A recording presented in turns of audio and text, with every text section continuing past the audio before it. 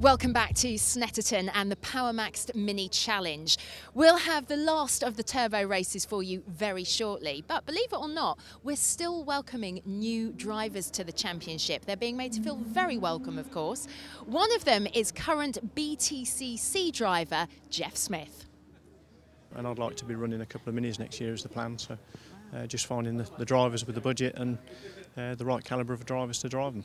Just coming from obviously the touring car side of things, how have you found the Mini compares, because you're doing the Gen 3? Not that dissimilar, to be honest. It's I've driven Clios in the past. This is a lot closer to a touring car than a Clio in the way it feels. It's more of a race car than a road car. So yeah, pretty good. Well, I've been racing historics prior to this, so this is very different. This car actually goes around corners and stops, so it does make a lot of difference. It's quite a different sensation, front wheel drive as well, but fantastic car, yeah. So based on that, will we be seeing you in 2016? You will definitely, yes, yeah. I'm going to do the full season next year, so looking forward to it. We're here in assembly just as the Gen 3s and the JCWs get ready to go out for their very last race. Now, in terms of the championship title for the F56, there is literally 11 points in it between David Grady and Charlie Butler-Henderson. But with 50 up for grabs, if these two guys don't finish, then Lee Patterson could actually take the title. And the man out in the lead at the moment is Charlie Butler-Henderson. But like I said, there is still all to play for. Charlie, just 11 points separate you from David Grady. And of course, if you don't finish, Lee Patterson could still steal that title. How are you feeling?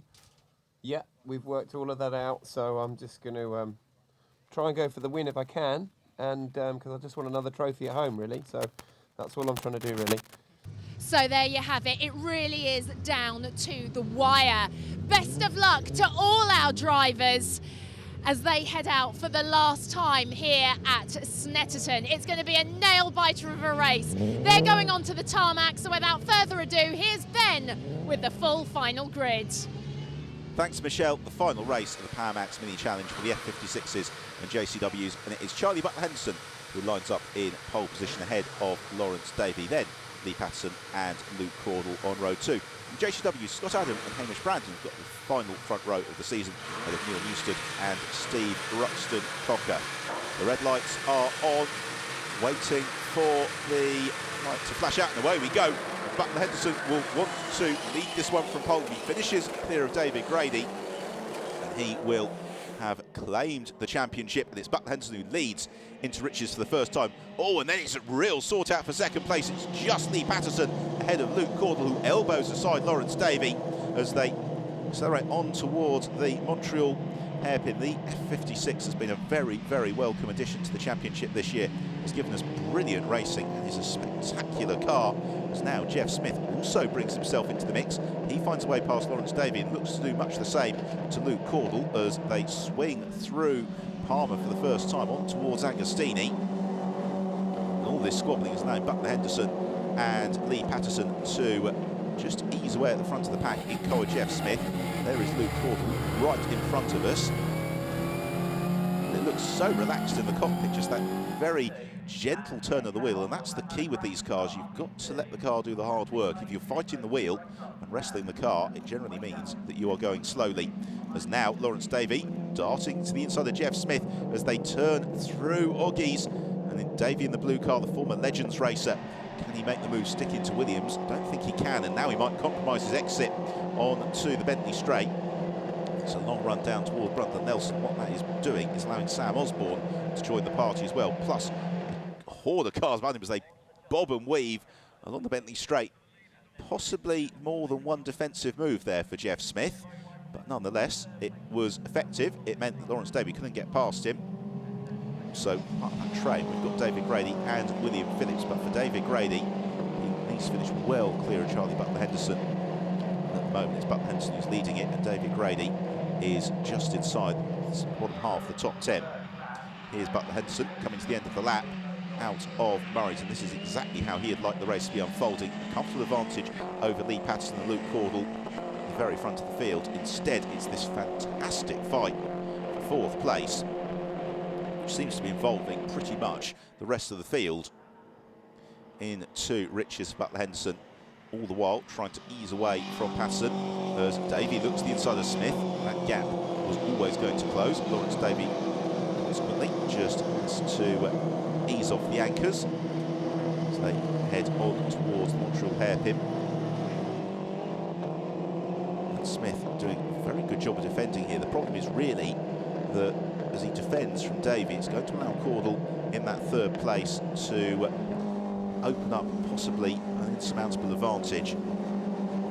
Just kicking up a little bit of dust. In fact, quite a lot of dust coming out of Palmer there was Lawrence Davey. The rest of the field all fighting position. There is a glimpse of Hamish Brandon we just saw leading the JCW class. So Brandon has had a number of disappointments this year. Good to see him going so well in the final race of the season. Jeff Smith sends the corner marker flying at Hamilton. Can see Luke Cordell up ahead of him, and this has been a good sequence of corners from Smith. He's broken away from Lawrence Davey. Davey in turn just managing that deficit back to William Phillips and David Grady. There is David Grady, who's been so consistent this season. A good final weekend to the year for Charlie Butler Henderson. Looks as if it may well just be enough to give Charlie the championship. There's still a long way to go in this final race of the year. Ryan Rode looking to try and pick his way past Harry Volkard. Can't quite do it at the moment. It's the yellow car of Volkard and the white car of Rode, who of course retired in the previous race on that last lap with the collision with Rob Smith. Now it's Luke Reed who is in the quite almost checkered car, who looks to challenge David Grady. That's a great move from Luke Reed. If he can pull it off, he can't quite stop the car in time at Murray's. He keeps his right foot absolutely planted. But I think he's going to lose out as well here to Sam Osborne and possibly one or two others. Did a superb job holding on through Coram Curve. All the while at the front of the field, it's Charlie Butler Henderson who leads the way. He's in control as Grady looks to the inside of Sam Osborne. There is Luke Reed next to the queue. He's got Ben's Baylog and Rob Smith also beginning to hassle him. Ryan Rode and Harry Volkard about to invite themselves to that party as well. Back to the JCWs. Here is Hamish Brandon leading the JCW class from Scott Adam.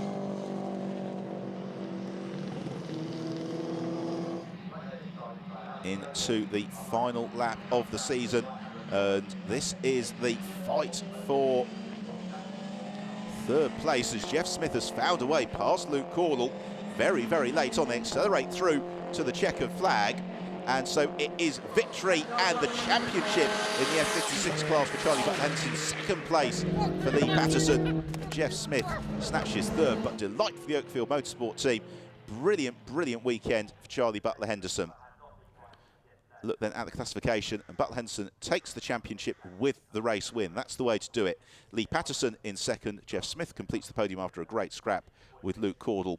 Hamish Brandon victorious in our final JCW race of the season from Scott Adam and Kevin O'Connor. And now it's time at the end of a very long season of racing for the celebrations to start in the Power Max Mini Challenge in the F56 and JCW classes. Final JCW win for Hamish Brandon, and victory and the championship Charlie Butler Henderson in the F56s.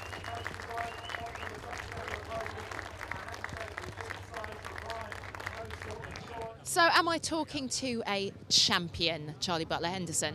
I don't like to be assumptuous, but I think I am. Yes, I think I am, and it's the first time I've really won a championship, and it's great to do it in the first year of the championship as well. So it'll be it's pretty cool. It hasn't quite sunk in yet, but I'm over the moon. No, I enjoyed it. That was a good race. I really enjoyed it. Charlie, since Alton Park, he's nearly won everything since Alton Park. To be fair, he's been flying. So fair play to Charlie. He's done a good job. How did you find the race? Yeah, really close. Pretty aggressive at times. Pretty few bits of contact, but it's good. Really good. It's been a dream. Finished second to Neil this year, but I wanted to go out on a win just after a bad start yesterday. And car's up for sale now, and I think this is my last Mini Challenge race as well. So it's been 3 seasons, and huge thanks to everyone, all the organisers at Mini Challenge. I've had a great time, and don't know what we'll be doing next, but we'll see. I've had a blast, and what a way to finish off.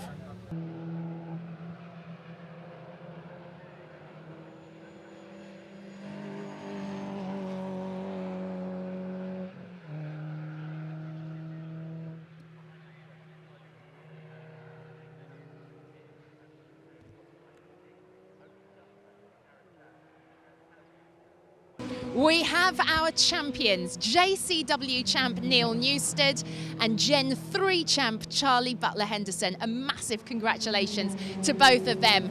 Fantastic racing in the turbos this weekend, but of course we've still got more racing to come from Snetterton. It's the turn of the Coopers after the break.